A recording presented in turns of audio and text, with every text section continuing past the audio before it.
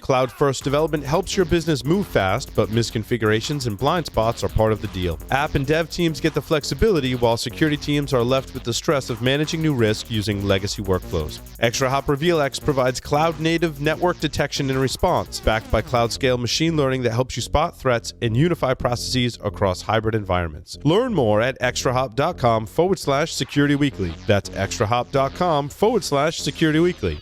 Let the team at Black Hills Information Security test your defenses. With over 10 years of experience in penetration testing, red teaming, and threat hunting, the testers at Black Hills will help you find the holes in your security before the bad guys do. The team at Black Hills cares about educating and sharing their knowledge by creating countless blogs, open source tools, and webcasts for you to learn more about the tradecraft of pen testing and red teaming. Visit securityweekly.com/BHIS to join their mailing list and view the latest blogs and webcasts from Black Hills Information Security.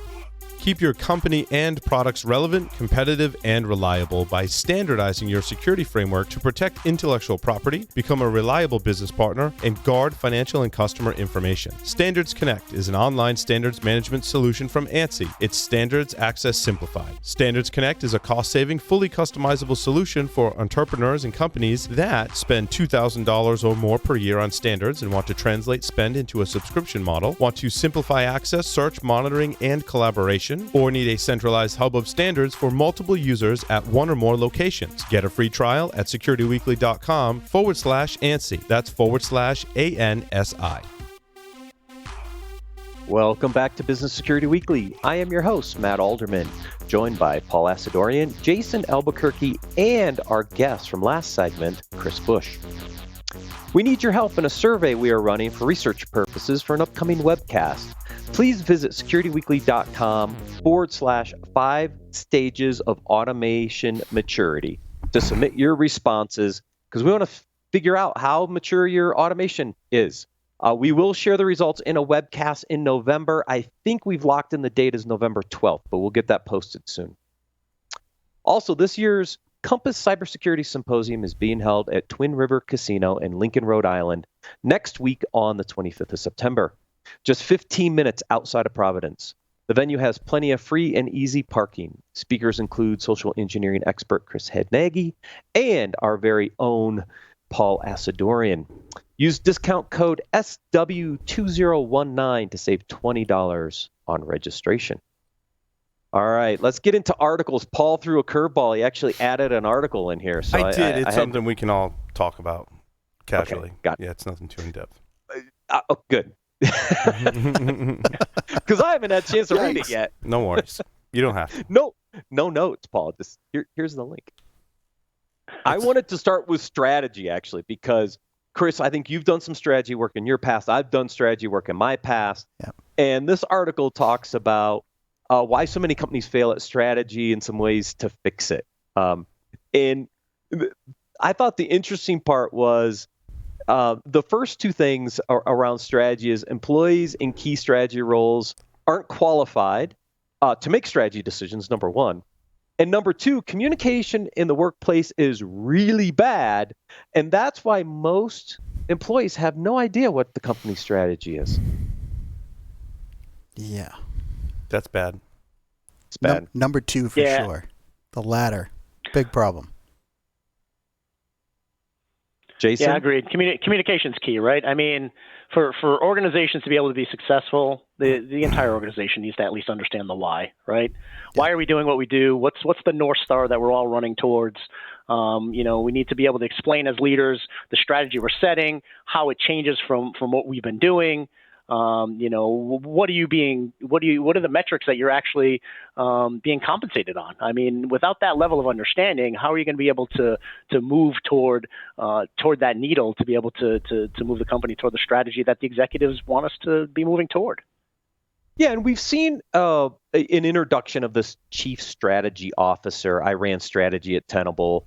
Like I said, I know, Chris, you've done some strategy work in the past where people are kind of focused on it. But one of the other things you have to be cognizant of is just because that role exists doesn't mean that all this stuff gets done in a vacuum either. Right. There has to be communication. There has to be working with the rest of the executive team. It's not just one guy in an ivory tower or gal that just all of a sudden decides what the future strategy of the company is going to be. Yeah, absolutely. Like I said in the last segment, it takes a village, right? You can't. Strategy is complex, and the larger the organization, the more complex it is. And if you're just throwing things out there, one, if it's not human readable or understandable, it's never going to go anywhere. And we tend to make strategies very complex, right? And all the bits and pieces that go with it have to, one, align. They have to, there has to be some cohesion between them, and the back to the point of communication. If people don't understand what the end game is for that, why they're doing what they're doing, and how they have to operate in order to make that strategy successful, it's most likely going to fail or fall short. Exactly. And there's some good guidance in here on some things to fix. I mean, breaking down silos, which helps with the communication problem. Reining in executive buzzwords. Setting priorities, assigning tasks, and moving. Right. Because strategy has to turn into a set of activities, right? Just because you can go out and say our strategy is to be this. There has to be a set of tasks and priorities that then allow you to execute against that strategy. And, so this article gets into a lot of, just some of the basics that organizations can do to help get a better handle on, one, making it more visible and communicating it to your employees, but then showing action through the activities that are happening that align to that strategic direction where the company wants to go. I think the biggest mistake that I've seen in this light is the executives have different strategies that they present, and that all trying to hit the same goal. Even different goals, right? Different they goals. have different That's strategies and different goals, right? Depending on which executive that's a that you talk to, and that goes to not just communication to the organization, but communication has to start at the top. Yeah. Everyone has to be on the same page, and then the other challenge is getting that to trickle down to the organization in strategy and culture, right? That you're creating as an executive. But oftentimes I've seen it fail where it doesn't necessarily mesh at the top. Yeah. Which is understandable. I mean, people have different views on strategy and goals. Is it even getting off the ground? Can you even consider that getting off the ground at that point, right? Right. But then they'll take it and try it in their respective areas, right? And they go back into their corner with their own strategy, and they're like, I'm going to make this happen. And you sit there and you're like, you experience that over the course of time, right? And then you're like, the top of us has different ideas of like where we're going and how we're going to get there, and that can be dangerous. Yeah. That can be from a security perspective, right? Yeah. That can be also then very dangerous. It's like he or she who has resources and budget wins. Exactly. Right. Yep. And that's a great lead into this next article, which is the eight things that leaders do that make employees quit. The number one, Paul, is setting inconsistent goals or expectations, right? To your point, if each executive has its set of goals and there's not a common set of goals across the organization, and there's this constant back and forth in different goals and expectations, it creates frustration for the employee base too, which is one of the reasons why they quit. Yeah, for sure. Yeah, they don't know what, it becomes a purpose thing, right? What is my purpose here? What am I working for?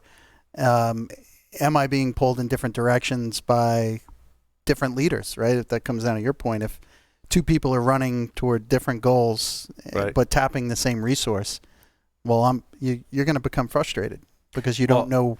And I think number 1 and 2 on this list play together, right? And that's really so if you've got inconsistent goals or expectations, right? And so those could change. Then if you go to number 2, if you have too many process constraints, like there's too many hoops for me to jump through to get something done. But let's say I've done that, and now I'm almost at achieving my goal or achieve my goal, but then the goal changes. Yeah. And I'm going to go do all that again. Yeah. And there's a lot of hoops to jump through to get there. I think that it definitely leads to not being able to keep employees, which is key. At the end of the day, if you fail at those top 2, you're not setting it up so your employees can be successful. Agree. You're innately undermining their success.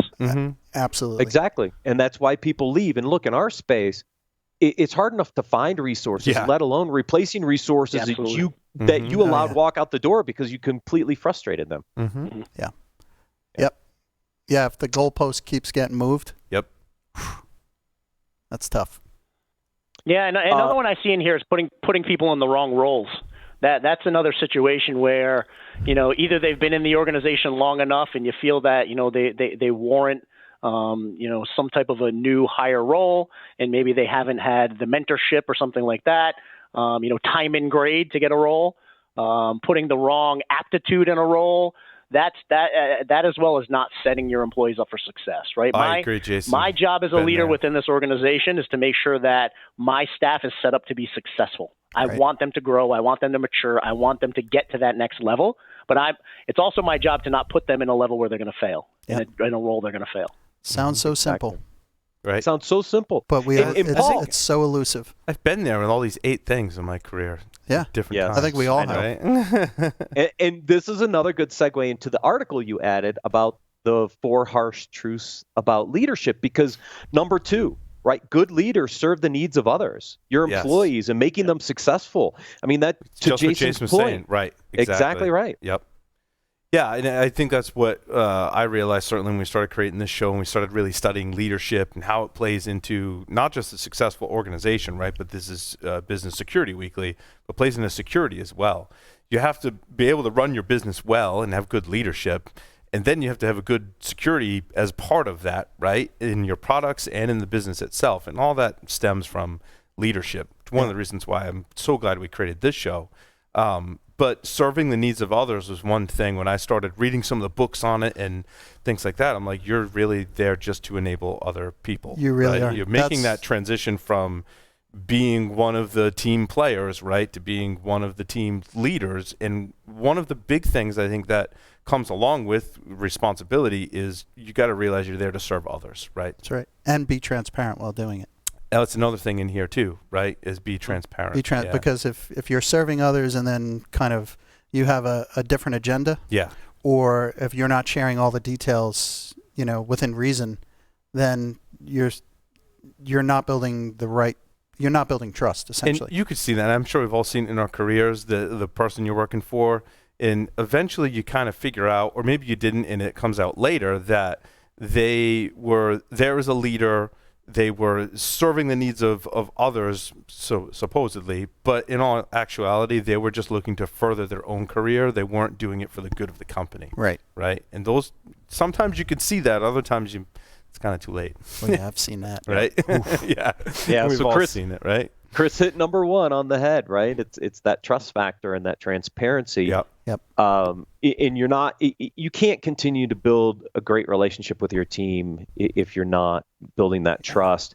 And good leaders set their people up for success. Yeah. Yes. Number 4 that's on this list, right? If you're doing the first 2, then the ability to set up your people for success is in place, right? Because they trust you and you're there for them.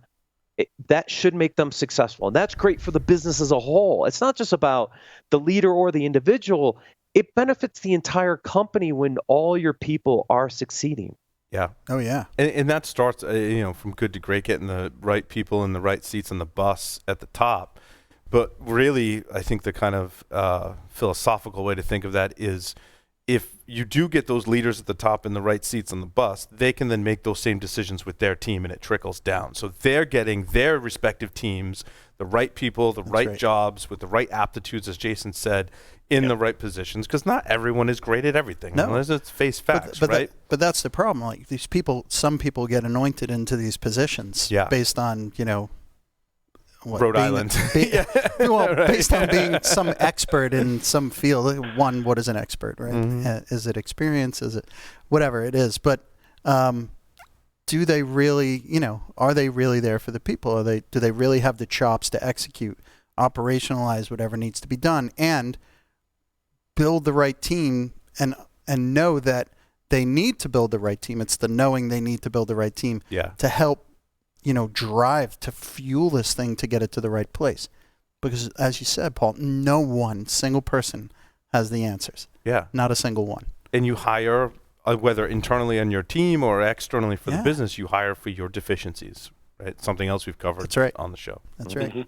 Totally. But you have to recognize that you have them first. That's the hardest part. That's the hardest part. The recognition. Like to be able to swallow to say, I don't know everything. Suck at that. Well, not even I suck at that. It's like, I don't know everything. Yeah. I have, or I don't have knowledge in that area. Yeah, this thing's exactly. really complex, and I scratch the surface. I need depth. And guys, I mean, at the end of the day, the best leaders show a little bit of vulnerability because that's what's going to build some trust, right? I mean, for a leader to look at his team and say, you know what, I'm not the best at this. I hired you to fill a gap.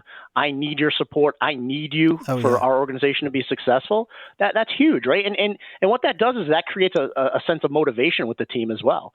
I mean, I tell my managers all the time, I'm going to guide you to put me out of a job. That's what I'm going to do, right? Eventually, you're going to be able to step right into my shoes.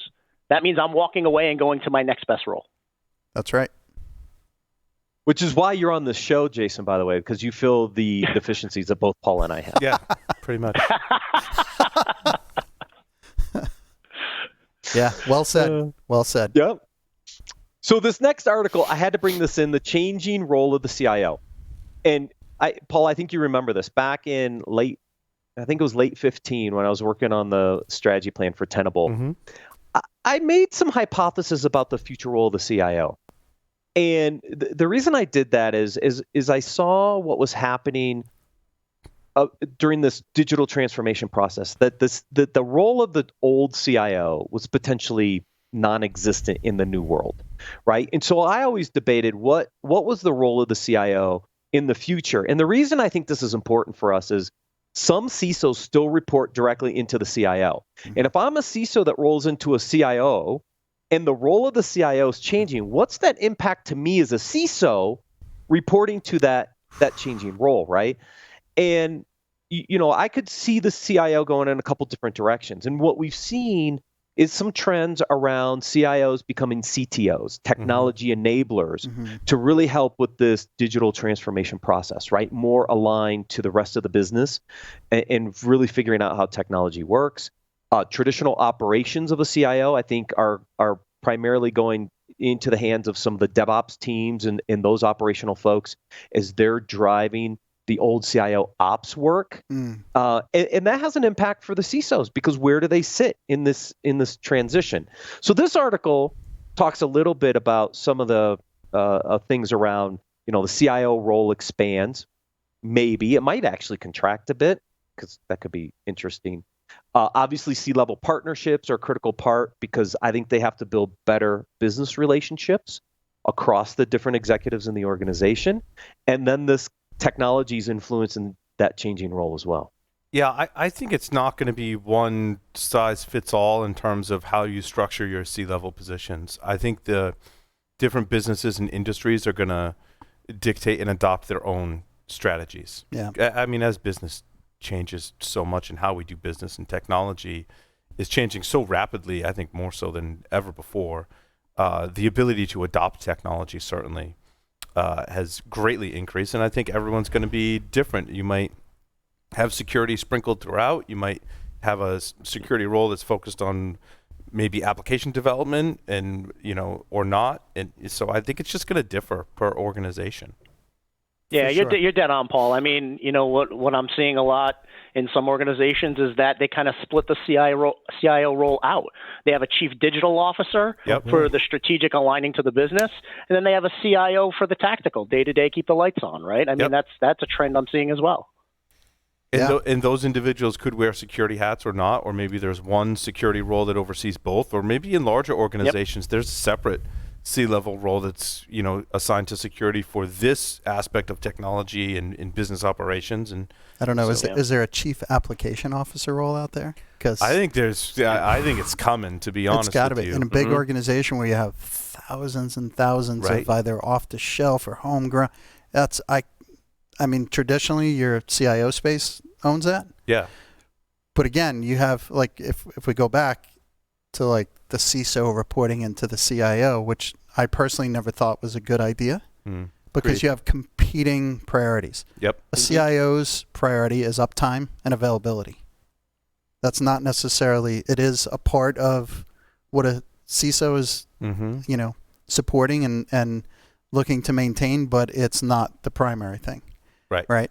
And it'll be interesting to see how this role develops, or how it gets carved into different types of roles and spread out, among different roles in an organization. I kind of like that. I think having a security role, because there's a big difference in my mind if you're producing a product, software product. Let's just talk about software development. A software product, either for a product that you're selling or making available to your customers in some capacity, and products that you're creating and offering internally, right? I think that's a different set of security parameters than I bought some off-the-shelf software and I have infrastructure, regardless of where it lives today. Right. You've got infrastructure, whether it's someone else's application and you're just bringing your data and your users, or you're actually building out infrastructure internally, which some people still need to do, obviously, and everywhere in between. That, to me, is separate. It's different than I've got my own application. Certainly different enough that I think having a different role in larger organizations is a reality. We could see security sprinkled in a few different places, like in application development, right? The concept of DevSecOps, but that's more at that layer. You could see a governance activity. Yep. Think about all the third parties and the supply chain and all the other things that are going on. There's a governance capability that needs to be addressed in an organization that might roll up through risk or finance, for example. So I could see this role being split and distributed around in a few different places long term. Yeah. Agreed. All right. Next article, how to rehearse for an important presentation, 5 tips. There's only a couple of them in here that matter to me. Having done a number of keynotes and my rehearsals, there's a couple interesting ones in here, but to me, it's practice. And if you do it under a little stress and you record each one. So when I used to do the keynotes for RSA, I would do no less than 6 to 8 rehearsed recordings in the hotel room before I did it, because by recording it, you actually play it back and you're like, oh yeah, I missed that, or I did this, or right. And it's the best instant feedback to me is record it. Just literally stand in your room in front of a mirror with your iPhone and just capture that audio and then play it back and listen to it. That is so hard for people though. I know. I mean, but that is so hard, but it helps. I struggle with that. No, agreed. And I would add to that, focus on some certain areas as well, right? Focus on your intro. Record that maybe more than you would normally the additional content. Focus on the outro. Record that a couple of more times, right? And if you have some complex technical pieces that can get into the weeds, focus on that as well. But that intro and the outro for me are always very important, right? 100%. How you begin the conversation and how you leave them at the end. Well, I think it's like music, right? People remember the opening and the end, and everything in the middle is. That's right. Yeah, right. You got to have a good hook. Exactly right. I think asking for feedback is similar to what Matt's saying too, right? That's my strategy. And I don't necessarily have to present the whole presentation, but I'll share with my friends, hey, I'm presenting, and run through my slides with me quick, just 5 minutes. Let's run through, and the spot airs what are you really trying to say here? And I was like, I'm trying to say this. And I'm like, all right, I need to adjust my slide and what I'm saying to, kind of rethink that. So certainly sharing and asking for feedback is huge. Yeah, and there are different types of presenting, right? There's live presentations, there's podcasts, there's webinars. I do a lot of webinars, and I struggle because you may have hundreds of people on the other end, but you're talking to your screen. And so there's a whole different dynamic. There have been instructors that when they're instructing virtually, which is very similar to a webcast, they may have a small number of students. They'll actually set up stuffed animals. I shit you not. Set up stuff and put the students' names on them. That's so hilarious. They feel like they're presenting in a class. And it sounds ridiculous, but think about it. You're like, yeah, it puts you as the presenter in a mindset that there are people there paying attention. Because in a virtual classroom or a virtual webinar, right, it's the same thing. I mean, you are essentially in front of the audience. When I do a webinar, I always have, at least one, but I try and have 2 people in the room. Yeah. Yeah, other people in the absolutely. Other people in the room. Yes. So I'm talking to them. I'm not just talking to some machine. Right. Yep. Yeah. Same and with that live feedback loop is so important, right? I mean, having that live person in front of you for that feedback loop, because they can kind of give you just a little bit of a look, saying, you're kind of going off topic. You can't see it on camera, but it's why there's a large screen with all the remote guests. They'll give me there. your rambling sign, move on. Yep. Right, yep. Exactly. Or you're done now. Yeah, you're done. All right, last article before we have to get Jason out of here. 10 steps to get started in cybersecurity careers. I'm not all 10 of these. I think the list is a little long, to be honest. 10 is a lot.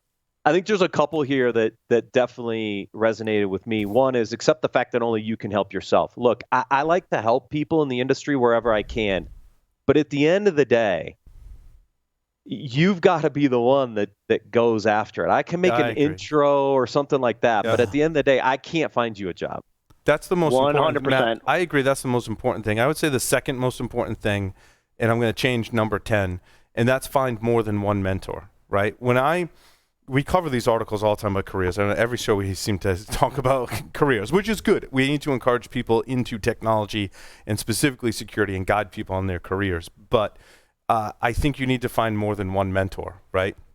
When I look back on my career, there are those that mentored me or guided me into the right direction or a direction that I was interested in, that some of them were programmers, some of them were IT people, some of them were networking people, some of them were managers that were coaching me on business and leadership, and they were all mentors. So I don't want the audience to kind of take away from that is find a mentor and just, have one. You need to find multiple Diversify. ones. Because as I go back, I'm doing more programming now, I'm going back 20 plus years in my career to people who taught me early on how to program. Like, wow, they were, sometimes I didn't even realize how much of a mentor they were until you do things like go back. So find multiple and mentors. get out of your comfort zone. Like, don't stick to what you know, because then that's all you know. Yep. Like as an example, my career, I mean, I've been doing this since the 90s, but I started on help desks, right? Don't be afraid to take something on that you don't think relates, because it probably in some way does. Yeah. So I started on help desks and moved to data center floors, doing server operations, then networking, then, it rolled into firewalls, and then, it was like, this is security. And then doing investigation work, and then, forensic work. And then, don't be afraid.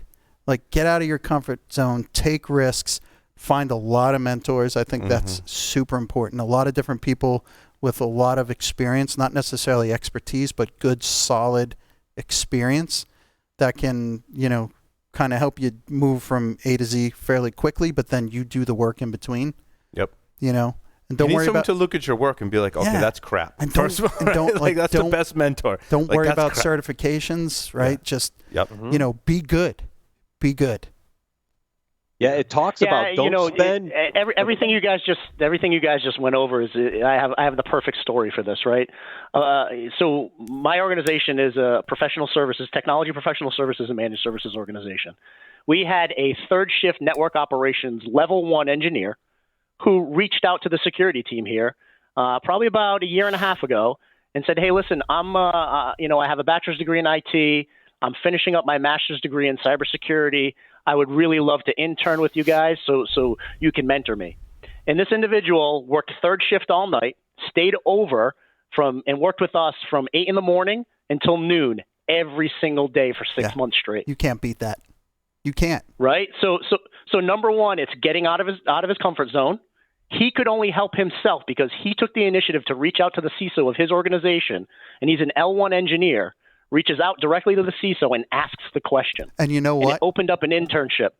And you know what that ended up doing? We hired him. He's now a network security engineer on first shift with us. And you know what? No one's going to teach that person that. Right. You're not going to be taught that. You're not going to find that in a certification. Yep. You're not going to find that necessarily in a mentor. You got to grab it and take it. I've had a similar experience where, I met with the MDR where I hired this kid. He was a customer success guy, but he had passion for security, and he did every waking hour. He did security stuff on his own. He learned, he learned he learned everything he needed to know to do malware analysis. And I hired the kid, and he ended up being one of the best out there. And if that's a lesson learned, you can only help yourself. Take initiative, go out of your comfort zone, show that you're motivated to learn. There were literally days that we had to kick this kid out of the office and say, "Go get some sleep. You have to work third shift tonight." That's a rare breed. It is. Rare breed. It's awesome. But that's Great how story. you're going to break in. Yep. That's it. Couldn't have That's how you differentiate yourself. Yep. That's it. Yep. Exactly right. That's the Gentlemen, secret. Gentlemen, thank you for joining us. And thank you all for listening. We'll see you next week on Business Security Weekly.